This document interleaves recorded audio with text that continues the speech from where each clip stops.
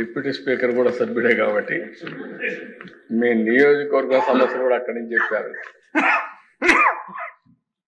ఎందుకంటే fisheries aquaculture మీద ఎక్కువ ప్రాధాన్యత పెట్టాం.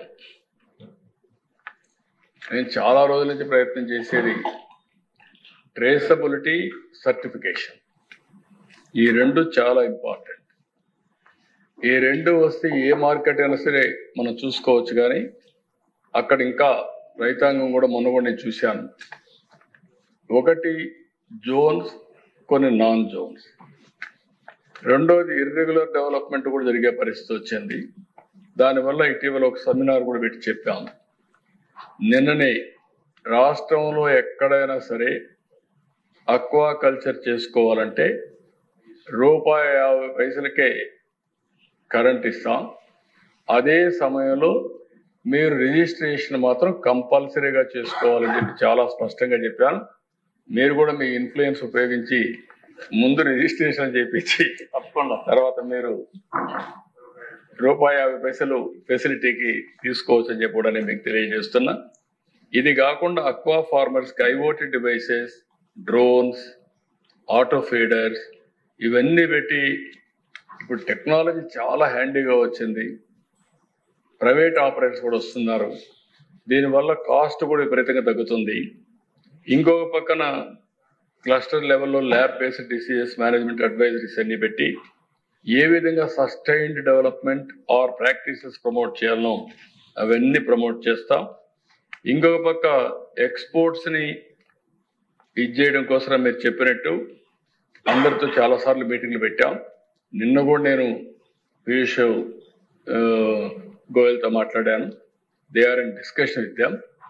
తప్పకుండా అక్వా రైతుల్ని ఆదుకోవడానికి ఈ ప్రభుత్వం ఎన్ని ప్రయత్నాలు చేయాలనో అన్ని ప్రయత్నాలు చేస్తామని చెప్పి మీకు నేను హామీ ఇస్తున్నా. ఇది ఇప్పుడే రవికుమార్ కూడా కొన్ని చెప్పారు. అవన్నీ కూడా ఏవైతే ఉన్నాయో మీరు చెప్పిన టెక్నాలజీస్ అన్నీ కూడా వాడుతున్నాం. ఇంకా ఓన్లీ మేము చేయలేని పని ఏంటంటే మేము చెప్పినా దాన్ని లాస్ట్ మైల్లో తీసుకుపోవడానికి కొన్ని ప్రయత్నాలు చేస్తున్నాం తప్ప. అందుకే ఫైనల్గా లింక్ కూడా పెట్టాను. మీరు ₹50 కరెంట్ ఛార్జీలు కావాలంటే కంపల్సరీగా రిజిస్ట్రేషన్ చేసుకోండి. రెండోది, ఒక్కసారి రిజిస్ట్రేషన్ చేసుకున్నాక ప్రతి ఒక్కటి సర్టిఫికేషన్, ట్రేసబిలిటీ చేస్తాం. ఏ ఒక్క వ్యక్తి వల్ల ఇండస్ట్రీ దెబ్బతినడానికి వీలు లేదు అనే విధంగా మనం ముందుకు పోతున్నాం. దానికి ప్రాధాన్యత ఇస్తామని చెప్పి తెలియజేసుకుంటూ, ఇప్పుడే ఆంజనేయులు గారు చెప్పినట్టు నేచురల్ ఫార్మింగ్ నేను ఇప్పటి నుంచో మాట్లాడుతున్నా. ఈరోజు రేపు రాబోయే రోజుల్లో మీరు చూడబోతే హెల్త్ కూడా, ప్రివెంటివ్ హెల్త్ కూడా మనం పోతున్నాం. ఇవన్నీ పోయినప్పుడు ఫెర్టిలైజర్స్ తగ్గించకపోతే మాత్రం ప్రమాదం వస్తుంది. అదే సమయంలో ఏ రైతుకు నష్టం లేకుండా చేసే బాధ్యత ప్రభుత్వం తీసుకుంటాం. వారు కూడా సహకరించాల్సి కోరుకుంటూ, మైక్రో ఇరిగేషన్ దేశంలో నెంబర్ 1 ఉన్నాం. 11 లక్షల హెక్టార్లు మైక్రో ఇరిగేషన్ ఉండే ఏకైక రాష్ట్రం, నెంబర్ 1 రాష్ట్రం మన రాష్ట్రం. మీరు అన్నట్టు మీ యొక్క పల్నాడులో కూడా పెద్ద ఎత్తున ఇస్తాం. దాని గురించి పెద్ద ప్రాబ్లం లేదు. రెండోది, మైక్రో న్యూట్రియంట్స్ కూడా చెప్తున్నా. సాయిల్ టెస్టింగ్ చేసి మైక్రో న్యూట్రియంట్స్ కూడా సప్లై చేస్తాం. సీవీడ్ కల్టివేషన్ చాలా పెద్ద ఎత్తున ముందుకు పోతున్నాం. ఇది బయోఫ్యూయల్ కానీ, ప్రోటీన్ కానీ ఫార్మా ఇండస్ట్రీలో పెద్ద ఎత్తున ఉపయోగిస్తారు. దానికి కూడా ముందుకు పోతాం. రైతు బజార్లో ప్రత్యేకంగా నేచురల్ ఫార్మింగ్ ప్రొడ్యూస్ పెడతాం. రైతు బజార్లోనే కాకుండా మొబైల్ రైతు బజార్లు కూడా పెట్టి డోర్ స్టెప్ దగ్గరనే ఈ యొక్క నేచురల్ ఫార్మింగ్ అంతా కూడా ఆ వ్యవసాయ ఉత్పత్తులు పెట్టే పరిస్థితి కూడా తీసుకొస్తామని చెప్పి తెలియజేసుకుంటూ, ఏదేమైనా ఈరోజు చెప్పిన సబ్జెక్ట్ ఒకప్పుడైతే పొలం బడి చాలా కార్యక్రమాలు చేశాం. పొలం పిలుస్తుంది రా అని ఇలాంటి చాలా కార్యక్రమాలు పెట్టి క్షేత్రస్థాయిలోనే రైతాంగంతో మాట్లాడి సమస్యల పరిష్కారం చేశాం. నేను కూడా తొందరలో కొన్ని కార్యక్రమాలు పెట్టుకుంటా. ప్రతి ఒక్క ఎమ్మెల్యే నెలకొక్క రోజున పొలం దగ్గరికి వెళ్ళి రైతాంగంతో మాట్లాడే పరిస్థితి మీరు రావాలి. అవుట్ రీచ్ ప్రోగ్రామ్ టేకప్ చేయాలి. అప్పుడే ఈ సమస్య పరిష్కారం అవుతుంది. ఈ నెల నుంచే మనందరం అక్టోబర్ నుంచి కంపల్సరీగా నెలకొక్కసారి కార్యక్రమాలు ఇస్తాం. రైతుల దగ్గరికి వెళ్తాం, అక్కడే మాట్లాడతాం, వాళ్ళ సమస్యలు వింటాం.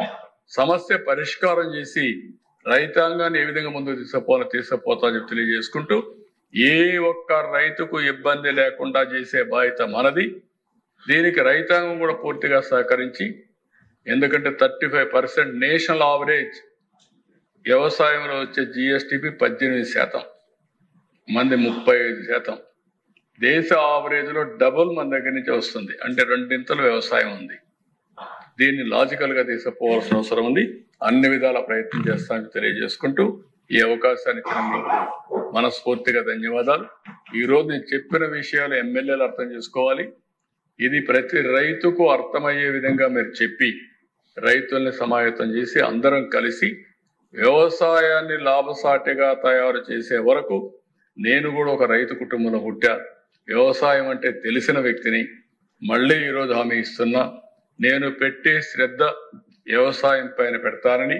మొన్నే మీరు చూశారు, ఈరోజు నేను చాలా విషయాల్లో ఐటీ గురించి మాట్లాడితే అందరూ నేను ఐటీ అనుకుంటారు, కానీ నేను చేసిన పనులన్నీ కూడా రైతుకు ఉపయోగపడే కార్యక్రమాలే చేశాను. మీరు కింద కానీ, నీరు చెట్టును కానీ, కంటూర్ ట్రెంచెస్ కానీ, వాటర్ కన్జర్వేషన్ కానీ, స్ట్రక్చర్స్ కానీ, రిజర్వాయర్స్ కానీ, కాలువలకు కానీ నేను చేసిన శ్రద్ధ నా రాజకీయ జీవితంలో, నేను ఒక విధంగా చెప్పాలంటే ఎక్కువ సమయం వెచ్చించిందే వ్యవసాయానికి సంబంధించిన సాగునీటి రంగం. దాన్ని లాజికల్ గా సాగునీటి సంఘాన్ని తీసుకెళ్ళగలిగాం. ఇప్పుడు వ్యవసాయ రంగాన్ని కూడా లాజికల్ గా తీసుకెళ్లి ప్రతి ఒక్క రైతు ఇబ్బంది లేని పరిస్థితిలో వ్యవసాయ ఉత్పత్తుల వరకు లింక్ కూడా చేయగలిగితే ఇది గేమ్ చేంజర్ అవుతుంది. తప్పకుండా అది చేస్తామని చెప్పి తెలియజేసుకుంటూ అక్టోబర్ నుంచే యాక్షన్ ప్లాన్ తయారు చేస్తాం. అందరం కలిసి సమిష్టిగా పనిచేసి వ్యవసాయాన్ని లాభసాటిగా తయారు చేస్తామని చెప్పి మరొకసారి తెలియజేసుకుంటూ సెలవు తీసుకుంటాం.